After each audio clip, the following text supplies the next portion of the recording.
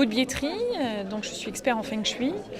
J'ai monté ma société en 2010. J'accompagne les personnes qui veulent optimiser, harmoniser leurs espaces pour pouvoir atteindre leurs objectifs. Alors j'ai écrit un livre qui s'appelle Feng Shui à vos souhaits. Pour la petite histoire, la première fois que je me suis présentée à un entrepreneur lors d'un dîner d'entreprise, quelqu'un m'a dit « mais qu'est-ce que vous faites dans la vie ?» J'étais un petit peu angoissée, j'étais pas très à l'aise et peut-être mes mots se sont un petit peu mélangés dans ma gorge et je lui ai dit « je suis coach Feng Shui » et j'ai pas beaucoup articulé j'imagine et il m'a dit « à vos souhaits » comme si j'avais éternué.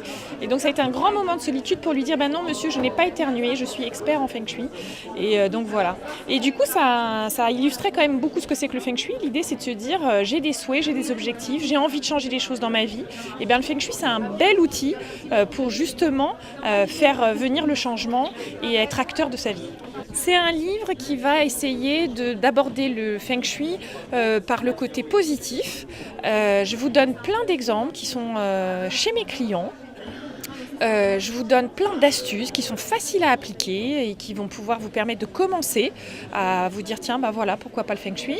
Et puis surtout, ce qui me différencie de mes confrères, c'est j'ai essayé de travailler, de vous expliquer que le Feng Shui, ça raconte qui vous êtes. Donc voilà, et d'essayer de dire que notre maison, elle raconte qui on est par le détail. Et c'est ça qui est intéressant. Elle va montrer nos points forts, nos points faibles, nos potentiels, nos fragilités.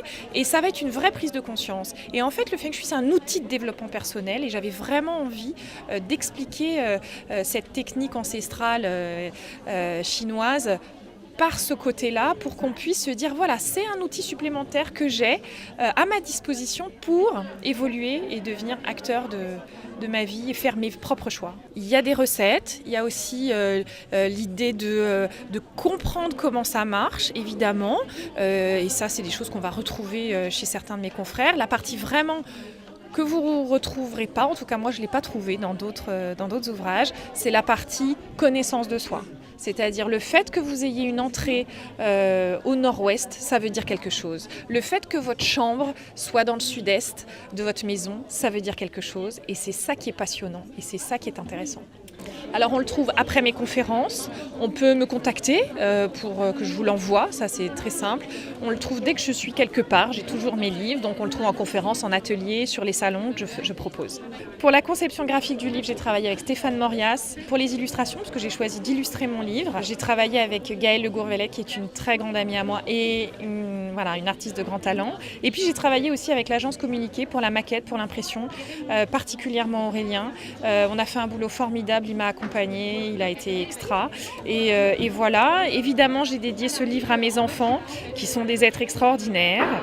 La sagesse, c'est d'avoir des rêves suffisamment grands pour ne pas les perdre de vue lorsqu'on les poursuit, d'Oscar Wilde. Et voilà, c'était pour leur dire que tout est possible dans la vie. Faire du Feng Shui, faire un livre sur le Feng Shui, c'est possible aussi.